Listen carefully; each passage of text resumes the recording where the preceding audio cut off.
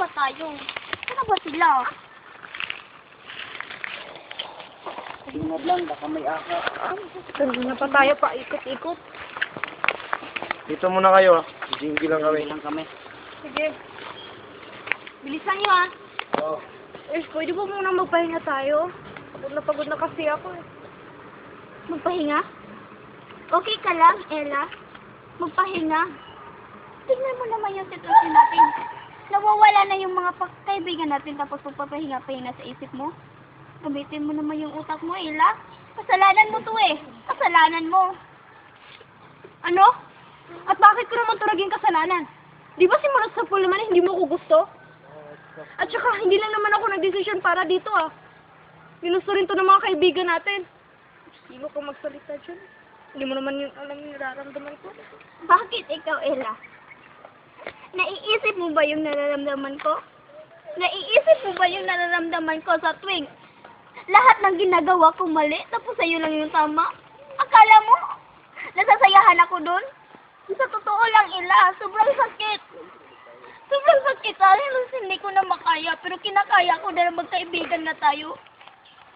Akala ko matalino ka. Akala mo nararamdaman mo yung nararamdaman ko, pero hindi. Iniisip mo lang yung sarili mo. Iniisip mo lang yung kasarili mong kapakanan. Pero hindi mo iniisip yung sa iba. Tulad ko ngayon. Akala mo magana yung loob ko. Nasa tuwing na may naiisip ako. Palagi lang mali. Hindi, Ella. Sobrang sakit nun. Sana maisip mo rin. Sana maisip mo rin.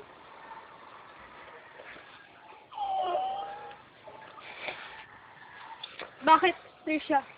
Akala mo hindi mo ginagamit ko yung utak ko? Ano akala mo sa akin walang utak? Ginusto ko bang agawin lahat ng ideya mo? Hindi naman ah. Bakit ako yung sinisisi mo?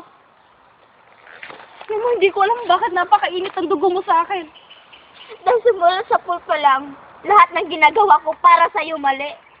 Sa'yo lang yung tama, di ba? Sa'yo lang yung tama. Hindi mo man lang iniisip yung kung ano magiging kalabasan na yung sinasabi. Tulad ngayon, wow, brava! Sobrang ganda na naisip mo. Punta tayo dito sa bukid. Ano nangyari? Nawala yung mga kaibigan natin. Anong gagawin natin ngayon kapag hindi natin sila makita? Tayo yung pagpagalitan. Tayo yung sisisihin. Dahil ano? Dahil bakit? Dahil sa naisip mo. Dahil sa naisip mong pagpunta natin dito. Dahil yan, sa gaya na sinabi ko kanina. Sa'yo lang yung tama, hindi yung sa akin, di ba? At tinanggap ko yun.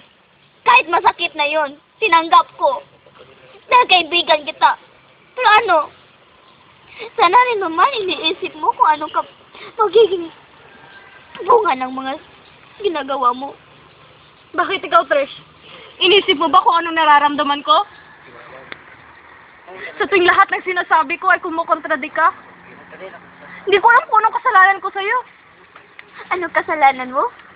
Simple lang. Inaagaw mo yung mga idea ko. Ikaw lang yung tama. Akala mo? Masaya ako doon. Sobrang masaya ako. Sa tuwing may naiisip ako, pagkatapos mawawala dahil lang sa'yo.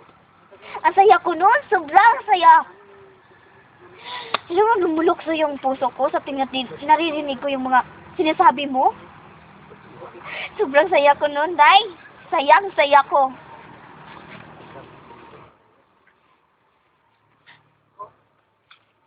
Muli pa umalis na tayo dito. Tricia, maghanap na tayo ng ating mga kaibigan. Kung ano nangyari sa kanila. Tricia, tumigil ka nga. Bakit? Ano pa? Para ano pa? Para ano pa? Hayaan natin sila na mawala ulit? Na mawala? Ano gagawin natin ngayon, Ella? Di ba nga? Iyong lahat ng mga desisyon ng tama. Ngayon, magdesisyon ka kung anong gagawin natin para makita natin yung mga kaibigan natin. Dahil hindi natin alam kung anong nangyayari sa kanila. Anong mukha na lang iharap natin sa kanilang mga magulang kung nawala nga sila? Ano? Gamitin mo yung utak mo. Gamitin mo! Sumusobra ka na, Tres! Tres, sorry, hindi ko naman gustong gawin yun eh!